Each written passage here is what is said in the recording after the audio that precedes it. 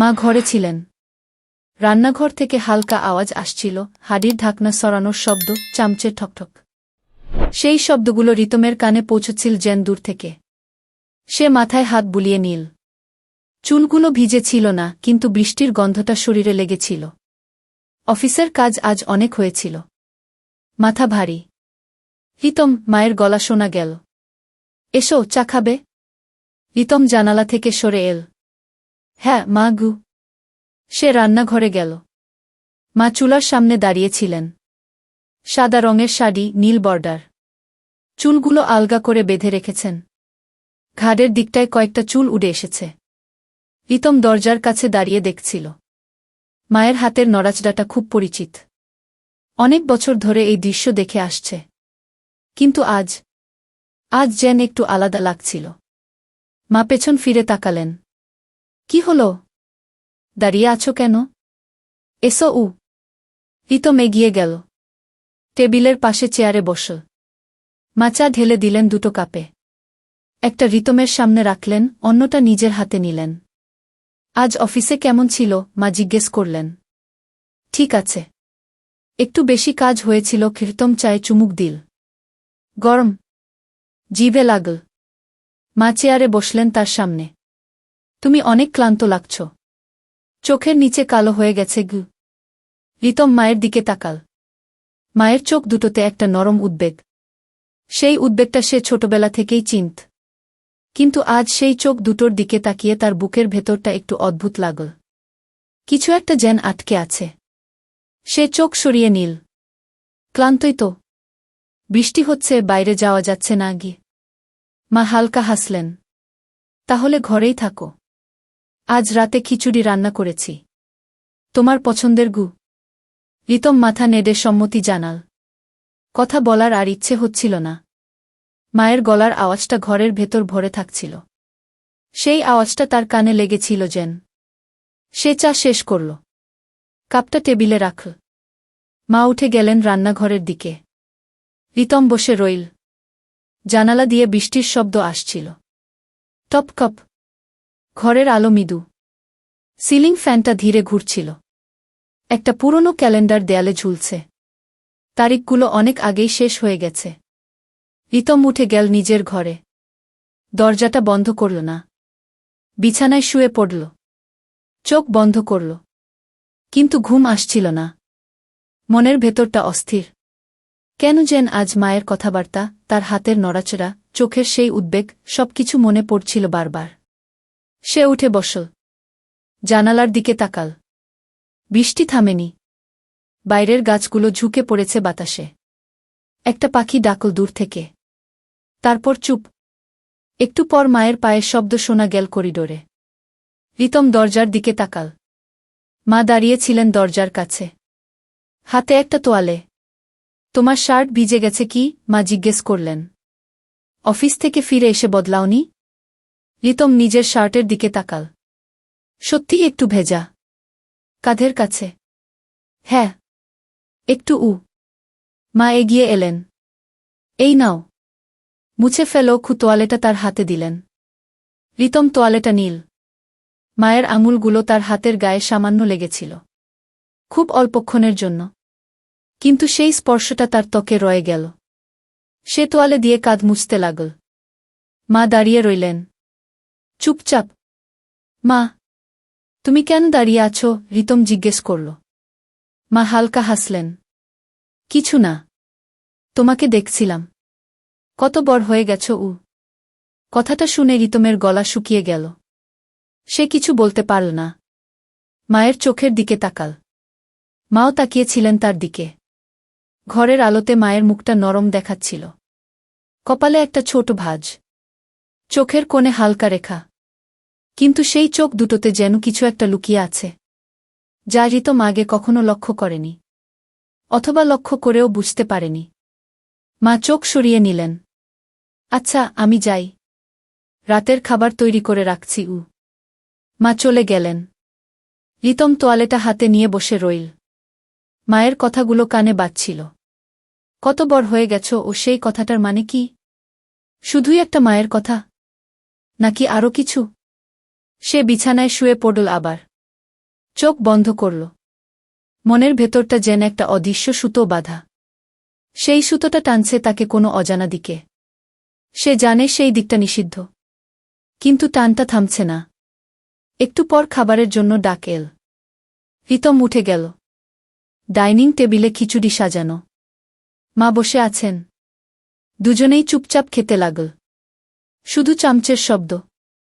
মাঝে মাঝে মা একটা কথা বলছিলেন, আজ বাজারে সবজির দাম বেড়ে গেছে, পাশের বাড়ির মেয়েটা বিয়ে করছে, এইসব। রিতম মাথা নেড়ে শুনছিল, কিন্তু মনোযোগ দিচ্ছিল না। তার চোখ বারবার মায়ের হাতের দিকে যাচ্ছিল। মায়ের হাতের আঙুলগুলো চামচ ধরে আছে। নখগুলো ছোট। কোনো রং নেই। খুব সাধারণ হাত। কিন্তু সেই হাতগুলোই তাকে ছোটবেলায় বুকে জড়িয়ে ধরেছিল। জ্বর হলে কপালে হাত রেখেছিল। আজ সেই হাতগুলো দেখে তার বুকের ভেতরটা একটু ভারী লাগছিল। খাবার শেষে মা বাসন নিয়ে গেলেন। রিতম উঠে গেল জানালার কাছে। বৃষ্টি এখনো নামছে। একটু জোরে। বাইরের রাস্তায় কেউ নেই। শুধু জলের শব্দ। মা রান্নাঘর থেকে এসে বললেন, আজ তাড়াতাড়ি ঘুমিয়ে পড়ো। কাল সকালে অফিস আছে গি। রিতম মাথা নেড়ে বলল, হ্যাঁ গো। মা তার ঘরে চলে গেলেন। রিতম নিজের ঘরে এল। দরজাটা অর্ধেক খোলা রেখে দিল। বিছানায় শুয়ে আলোর সুইচ বন্ধ করল। অন্ধকার। শুধু জানালা দিয়ে বাইরের আলোর একটা ক্ষীণ রেখা। বৃষ্টির শব্দ। সে চোখ বন্ধ করল। কিন্তু ঘুম আসছিল না। মনের ভেতরটা ভর্তি হয়ে আছে মায়ের মুখের ছবি দিয়ে। আজকের সেই চোখ। সেই হালকা হাসি। সেই স্পর্শ, তোয়ালে দেওয়ার সময় আঙুলের সামান্য ছোঁয়া। রিতম পাশ ফিরল। বালিশে মুখ গুজে নিল। নিজেকে বলল, এসব কি ভাবছিস? মা তো মা। আর কিছু না গি। কিন্তু মন শোনে না। মন আলাদা পথে হাঁটে। রাত গভীর হল। ঘরের অন্যদিকে মায়ের ঘরের আলো নিভে গেল। রিতম জেগে রইল। কানে শুধু বৃষ্টির শব্দ আর নিজের হৃদস্পন্দন। বুকের ভেতরটা একটু দ্রুত চলছিল। কেন? সে জানে না। অথবা জানে কিন্তু স্বীকার করতে চায় না। একটা সময় সে উঠে বসল। গলা শুকিয়ে গেছে। জল খাওয়ার জন্য উঠল। রান্নাঘরের দিকে গেল। অন্ধকারে হাত দিয়ে জলের বোতল খুঁজল। ঢেলে খেল। জলটা ঠান্ডা। গলা দিয়ে নামতে নামতে তার শরীরটা একটু কেঁপে উঠল। ফিরে আসার সময় করিডোরে দাঁড়াল। মায়ের ঘরের দরজাটা অর্ধেক খোলা। ভেতর থেকে কোনো শব্দ নেই। রিতম সেখানে দাঁড়িয়ে রইল কিছুক্ষণ। নিজেকে বল চলে যেতে। কিন্তু পা সরল না। মায়ের ঘরের ভেতর থেকে হালকা শ্বাসপ্রশ্বাসের শব্দ আসছিল। নিয়মিত। মা ঘুমোচ্ছেন। রিতম দরজার কাছে দাঁড়িয়ে সেই শব্দ শুনছিল। তার নিজের শ্বাসও যেন মিলিয়ে যাচ্ছিল সেই ছন্দে। বুকের ভেতরটা আরও ভারী হয়ে উঠল। একটা অজানা অনুভূতি, যা সে চিনতে পারছে না। অথবা চিনতে পারলেও নাম দিতে পারছে না। সে ধীরে ধীরে নিজের ঘরে ফিরে এল। দরজা বন্ধ করল। বিছানায় শুয়ে পড়ল। চোখ খোলা রেখে ছাদের দিকে তাকিয়ে রইল। অন্ধকারে কিছু দেখা যাচ্ছিল না। শুধু মনের ভেতরের ছবিগুলো। মায়ের শাড়ির নীল বর্ডার। চুলের আলগা বাঁধন। চোখের সেই নরম উদ্বেগ। হাতের আঙুলের সামান্য ছোঁয়া। রিতম বালিশ চেপে ধরল। নিজেকে বলল আবার, এসব বন্ধ কর। এটা ভুল। এটা হতে পারে না গি। কিন্তু মন শোনে না। মন আলাদা গল্প লিখছে। যে গল্পের শেষ সে জানে না। যে গল্প শুরু হয়েছে আজকের এই বৃষ্টির রাতে। এই নিস্তব্ধ ঘরে। এই নিষিদ্ধ অনুভূতির প্রথম স্পন্দনে। বাইরে বৃষ্টি নামছে। টপকপ। ঘরের ভেতর রিতম জেগে আছে। আর মায়ের ঘরে মা ঘুমোচ্ছেন। দুজনের মাঝে একটা দেয়াল। আর সেই দেয়ালের উপারে একটা অদৃশ্য সুতো, যা টানছে দুজনকেই। ধীরে ধীরে। অজান্তে। রিতম চোখ বন্ধ করল। এবার ঘুম আসতে শুরু করল। কিন্তু ঘুমের ভেতরেও সেই অনুভূতি রয়ে গেল। একটা উষ্ণতা। একটা টান। একটা অজানা ভয়। আর তার সঙ্গে মিশে আছে একটা নরম, নিষিদ্ধ আকর্ষণ, যা আজ প্রথমবারের মতো নিজেকে চেনা দিল। রাত গভীরতর হল। বৃষ্টি থামল না। আর রিতমের মনের ভেতরের সেই অস্থিরতাও থামল না। সকাল হল। আলো এল জানালা দিয়ে। রিতম চোখ খুল। মাথা ভারী। রাতের কথাগুলো মনে পড়ল। সে উঠে বসল। মুখ ধুতে গেল। আয়নায় নিজের মুখ দেখল। চোখের নিচে কালো দাগ আরও ঘন হয়ে গেছে। রান্নাঘর থেকে মায়ের গলার আওয়াজ এল। হিতম, উহেছ? চা তৈরি উ? রিতম উত্তর দিল, হ্যাঁ মা গু। সে রান্নাঘরে গেল। মা আজও সেই সাদা শাড়ি পরে আছেন, কিন্তু চুলটা আজ একটু আলাদা করে বেঁধেছেন। রিতম চেয়ারে বসল। মা চা দিলেন। রাত জেগেছিলে? মা জিজ্ঞেস করলেন। রিতম চায়ে চুমুক দিল। একটু উ। মা তার দিকে তাকালেন। কি হয়েছে? মন খারাপ? না। রিতম মাথা নাড়ল। কিছু না গি। মা আর কিছু বললেন না, কিন্তু চোখে সেই উদ্বেগ। রিতম সেই চোখ এড়াতে চাইল, কিন্তু পারল না। তার নিজের চোখও বারবার মায়ের দিকে ফিরে যাচ্ছিল, যেন কোনো অদৃশ্য শক্তি টানছে। সকালের আলো ঘরে এসে পড়েছে। বৃষ্টির পরের সেই ভেজা গন্ধ। বাইরের গাছগুলো ধুয়ে মুছে পরিষ্কার। রিতম চা শেষ করল। অফিসের জন্য তৈরি হতে লাগল। মা দরজার কাছে দাঁড়িয়ে বললেন, ছাতা নিয়ে যেও, আবার বৃষ্টি হতে পারে গি। রিতম মাথা নেড়ে বলল, হ্যাঁ গো। সে বেরোনোর আগে একবার পেছন ফিরে তাকাল। মা দাঁড়িয়ে আছেন, হাতে একটা কাপ, চোখে সেই নরম দৃষ্টি। রিতমের বুকের ভেতরটা একবার কেঁপে উঠল। সে দ্রুত দরজা বন্ধ করে বাইরে বেরিয়ে গেল। রাস্তায় পা রেখে সে গভীর শ্বাস নিল। বাতাসে ভেজা মাটির গন্ধ। সে হাঁটতে শুরু করল, কিন্তু মনের ভেতরটা পেছনে রয়ে গেল। সেই ঘরে, সেই মায়ের চোখে, সেই নিষিদ্ধ অনুভূতির প্রথম আলোড়নে। আজকের দিনটা লম্বা হবে। অফিসের কাজ, সহকর্মীদের কথাবার্তা, সবকিছুই মনে হবে দূরের। কারণ তার মন অন্য কোথাও, একটা জায়গায় যেখানে সে যেতে চায় না, কিন্তু যেখানে সে ইতিমধ্যেই পৌঁছে গেছে, অজান্তে, অনিচ্ছায়। আর সেই জায়গা থেকে ফিরে আসা এখন আর সহজ নয়। বৃষ্টির সেই রাত থেকেই সবকিছু বদলে যেতে শুরু করেছে। ধীরে ধীরে, সূক্ষ্মভাবে। কেউ টের পাচ্ছে না, এমনকি তারা দুজনেও পুরোপুরি বুঝতে পারছে না। কিন্তু টানটা বাড়ছে। অদৃশ্য সুতোটা আরও শক্ত হয়ে বাঁধছে।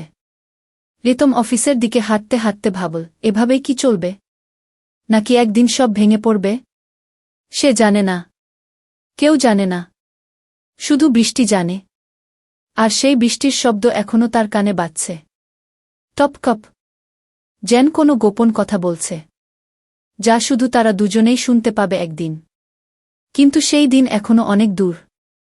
আজ শুধু শুরু, একটা ধীর, টেনশনপূর্ণ, আবেগের গভীর শুরু, যেখানে চুমু নেই, আলিঙ্গন নেই, শুধু চোখের দৃষ্টি, হাতের সামান্য ছোঁয়া, আর মনের ভেতরের সেই অস্থির, নিষিদ্ধ স্পন্দন। রিতম অফিসে পৌঁছল। দরজা খুলে ভেতরে ঢুকল, কিন্তু তার অংশবিশেষ রয়ে গেল সেই ঘরে, মায়ের কাছে, বৃষ্টির সেই রাতের স্মৃতিতে। অফিসের ঘড়িটা ধীরে চলছিল। রিতম কম্পিউটারের সামনে বসে কাজ করছিল, কিন্তু মন ছিল না। স্ক্রিনের সংখ্যাগুলো ভাসছিল। সহকর্মীরা কথা বলছিল চারপাশে, কফি, সপ্তাহান্তের পরিকল্পনা, বৃষ্টির কথা। রিতম মাথা নেড়ে শুনছিল, কিন্তু কিছুই মনে থাকছিল না। তার মন ফিরে যাচ্ছিল সকালের সেই মুহূর্তে। মায়ের চোখ, চা দেওয়ার সময় সেই নরম দৃষ্টি। রাত জেগেছিলে? কথাটা বারবার কানে বাজছিল। আর তার উত্তর, না, কিছু না, ঘি মিথ্যে, সবই মিথ্যে। দুপুরের খাবারের সময় সে একা বসেছিল ক্যাফেটেরিয়ায়। খাবারে হাত দিচ্ছিল না। ফোনটা হাতে নিয়ে দেখল, মায়ের কোনো মেসেজ নেই। সাধারণত দুপুরে মা একবার ফোন করতেন, খেয়েছ? আজ করেননি। রিতম নিজেই ফোন করতে গিয়ে থেমে গেল। কি বলবে? মা, আমি ঠিক আছি। এই কথাটাও এখন অদ্ভুত লাগছে। বিকেলে বৃষ্টি আবার শুরু হল। অফিসের জানালা দিয়ে দেখা যাচ্ছিল মেঘলা আকাশ, জলের ফোঁটাগুলো কাছে গড়িয়ে পড়ছে। রিতমের মনে পড়ল গতকালের রাত, সেই অন্ধকার করিডোর, মায়ের ঘরের দরজা, শ্বাসপ্রশ্বাসের শব্দ, কাজ শেষে সে বাড়ি ফিরল। ছাতা খুলে দরজার সামনে দাঁড়াল। চাবি ঘোরাতে গিয়ে হাত কাঁপল একটু। দরজা খুলে ঢুকল। ঘরের ভেতরটা নীরব। রান্নাঘর থেকে আলো আসছে। মা আছেন। রিতম জুতো খুলে রাখল। শার্টের হাতা গুটিয়ে নিল। এসেছ? মায়ের গলা। হ্যাঁ গু। মা রান্নাঘর থেকে এলেন। আজ নীল রঙের শাড়ি। চুলগুলো আলগা। কপালে একটা ছোট লাল টিপ। রিতম দাঁড়িয়ে রইল। মায়ের দিকে তাকাতে পারছিল না ভালো করে। বৃষ্টি ভিজিয়ে দিল। মা জিজ্ঞেস করলেন। না। ছাতা ছিলও। মা এগিয়ে এলেন একটু। মুখটা ক্লান্ত লাগছে। চা দেব? হ্যাঁ গু। রিতম ডাইনিং টেবিলে বসল। মা চা তৈরি করতে গেলেন। চুলার শব্দ। দুধ ফোটার শব্দ। রিতম টেবিলের উপর হাত রাখল। আঙুলগুলো নড়ছিল অজান্তে। মনের ভেতরটা অস্থির। আজ মায়ের কাছে বসতেও যেন একটু ভয় লাগছে। অথচ ছোটবেলা থেকে এই টেবিলেই বসেছে হাজারবার। মা চা নিয়ে এলেন। কাপটা তার সামনে রাখলেন। হাতটা সামান্য লেগে গেল কাপের গায়ে। রিতম চোখ তুলে তাকাল। মাও তাকিয়েছিলেন। দুজনের চোখ মিলল এক মুহূর্তের জন্য। তারপর দুজনেই সরিয়ে নিলেন। চা গরম। রিতম চুমুক দিল। জিভে লাগল। কথা বলার ইচ্ছে হচ্ছিল না। মাও চুপ। শুধু বাইরের বৃষ্টির শব্দ। একটু পর মা বললেন, আজ অফিসে কেমন ছিল? ঠিক আছে গি। তোমার সহকর্মীরা কি বলছিল? বৃষ্টির জন্য সবাই দেরি করে ফিরবে? হ্যাঁ। অনেকেই গি। মা হালকা হাসলেন।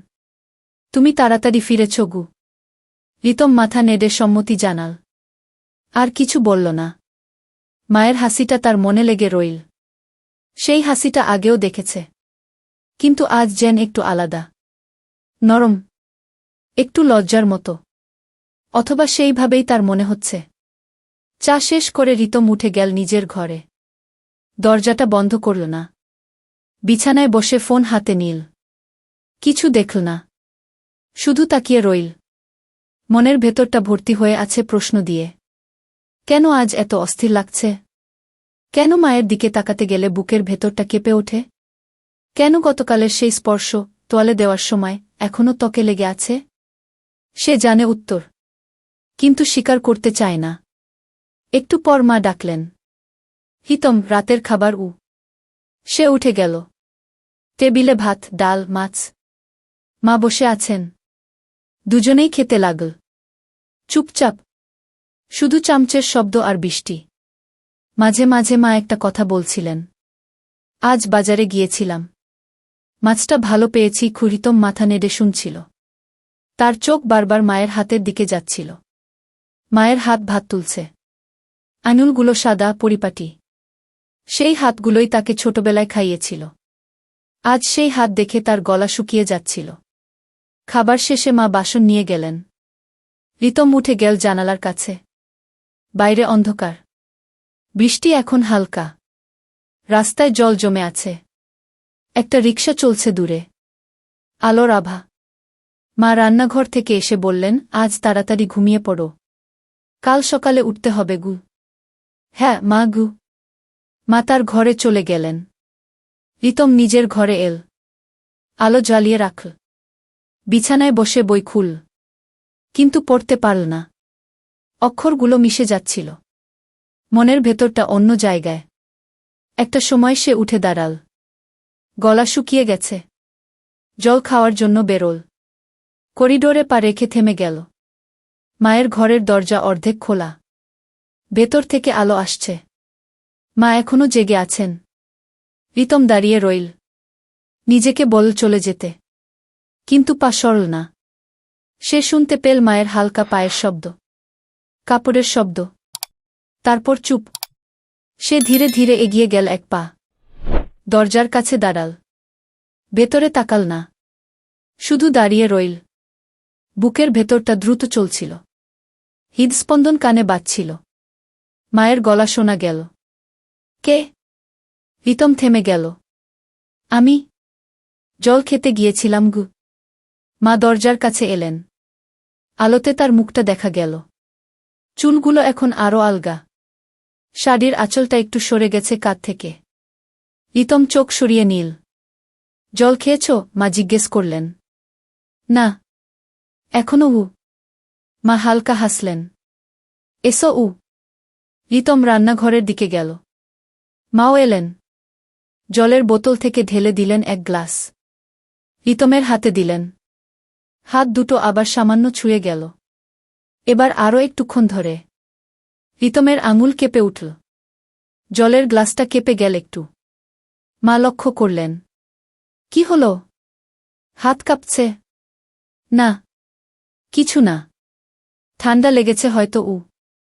মা চুপ করে তাকিয়ে রইলেন তার দিকে। চোখে সেই উদ্বেগ। আরও কিছু, যা রিতম পড়তে পারছিল না, অথবা পড়তে ভয় পাচ্ছিল। রিতম জল খেল। গ্লাসটা রাখল। আমি যাই উ। মা মাথা নেড়ে বললেন, হ্যাঁ। ঘুমিয়ে পড়ো উ। রিতম নিজের ঘরে ফিরে এল। দরজাটা এবার প্রায় বন্ধ করে দিল। বিছানায় শুয়ে আলো নিভাল। অন্ধকার। শুধু জানালা দিয়ে বাইরের ক্ষীণ আলো। বৃষ্টির শব্দ এখন খুব হালকা। সে চোখ বন্ধ করল। কিন্তু ঘুম আসছিল না। মনের ভেতরটা ভর্তি। মায়ের হাতের সেই ছোঁয়া, চোখের সেই দৃষ্টি, গলার আওয়াজ, সবকিছু মিশে একটা অজানা অনুভূতি তৈরি করছে, যা সে চিনতে পারছে। আর সেই চেনাটাই তাকে ভয় পাচ্ছে। সে পাশ ফিরল। বালিশ চেপে ধরল। নিজেকে বলল, এটা ভুল। মা তো মা। আর কিছু ভাবতে নেই ইউ। কিন্তু মন শোনে না। মন আলাদা ছবি আঁকছে। মায়ের চুলের আলগা বাঁধন, শাড়ির আঁচল, চোখের নরম দৃষ্টি, হাতের উষ্ণতা। রিতমের শরীরটা একটু উত্তপ্ত হয়ে উঠল। বুকের ভেতরটা দ্রুত চলছিল। সে গভীর শ্বাস নিল। আবার, আরও একবার। নিজেকে শান্ত করার চেষ্টা করল। কিন্তু শান্তি আসছিল না। রাত গভীর হল।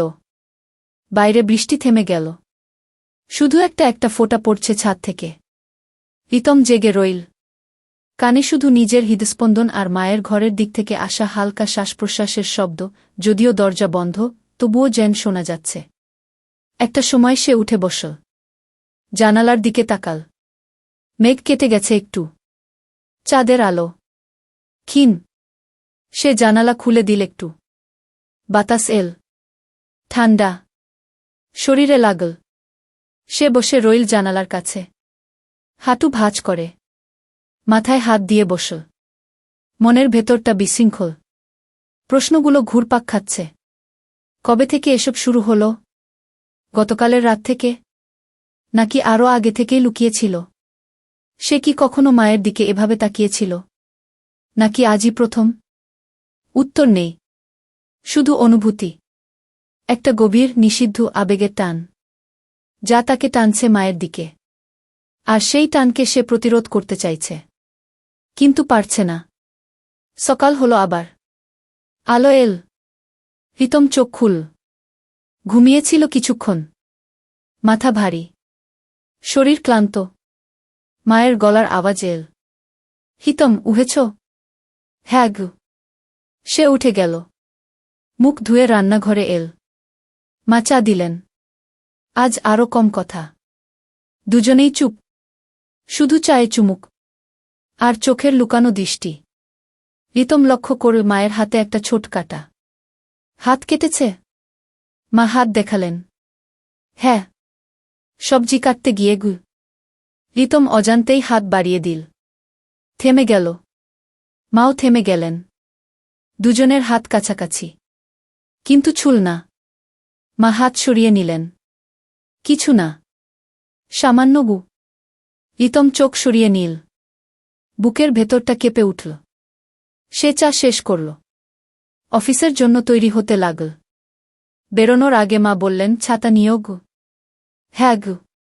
সে দরজার কাছে দাঁড়াল। পেছন ফিরে তাকাল একবার। মা দাঁড়িয়ে আছেন। চোখে সেই দৃষ্টি। রিতমের গলা শুকিয়ে গেল। সে দ্রুত বেরিয়ে গেল। রাস্তায় পা রেখে সে গভীর শ্বাস নিল। বাতাস ভেজা। গাছের পাতা থেকে জল পড়ছে। সে হাঁটতে শুরু করল। কিন্তু মন পেছনে। সেই ঘরে, সেই মায়ের কাছে, সেই নিষিদ্ধ অনুভূতির গভীরে। অফিসে গিয়েও সে একই অবস্থায় রইল। কাজ করল, কথা বলল, কিন্তু মন ছিল না। দুপুরে ফোনটা হাতে নিল। মায়ের নাম দেখল। কল করতে গিয়ে থেমে গেল। কি বলবে? মা, আমি ঠিক আছি গো, এই কথাটাও এখন ভারী লাগছে। বিকেলে বৃষ্টি এল আবার। জানালা দিয়ে দেখল।